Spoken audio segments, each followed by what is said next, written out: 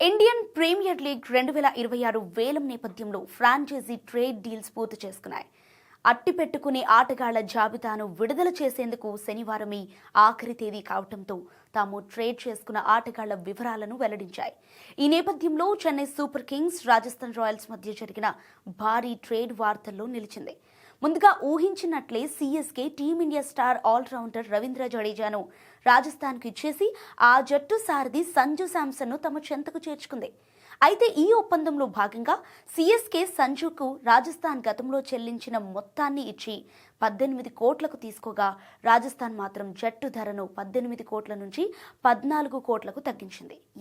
జడ్డుతో పాటు శామ్ కర్రన్ను కూడా సీఎస్కే నుంచి తీసుకుంది. ఇదిలా ఉంటే రాజస్థాన్ రాయల్స్ ను వీడిన నేపథ్యంలో సంజు శాంసన్ సోషల్ మీడియాలో షేర్ చేసిన పోస్ట్ వైరల్ గా మారింది.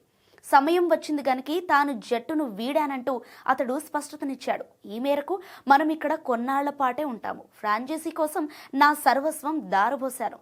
క్రికెట్ను గొప్పగా ఆస్వాదించారు. జీవితానికి సరిపడా జ్ఞాపకాలు, బంధాలు పోగు చేసుకున్నారు. ఫ్రాంచైజీలోని ప్రతి ఒక్కరిని నా కుటుంబ సభ్యుడిగానే భావించాను. ఇప్పుడు సమయం వచ్చింది. అందుకే నేను ఈ జట్టును వీడు వెళ్తున్నా.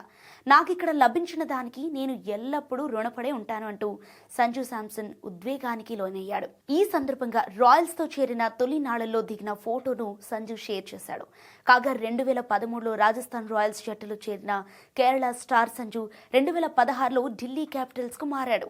2 ఏళ్లు అదే జట్టుకు ఆడాడు. ఆ తర్వాత మళ్లీ 2018లో రాయల్స్ లోకి తిరిగి వచ్చిన ఈ వికెట్ కీపర్ బ్యాటర్ 2025 వరకు జట్టుతో కొనసాగాడు. కెప్టెన్ గా రాజస్థాన్ ను ముందుకు నడిపించిన సంజు 2022 సీజన్లో ఫైనల్ కు చేర్చాడు.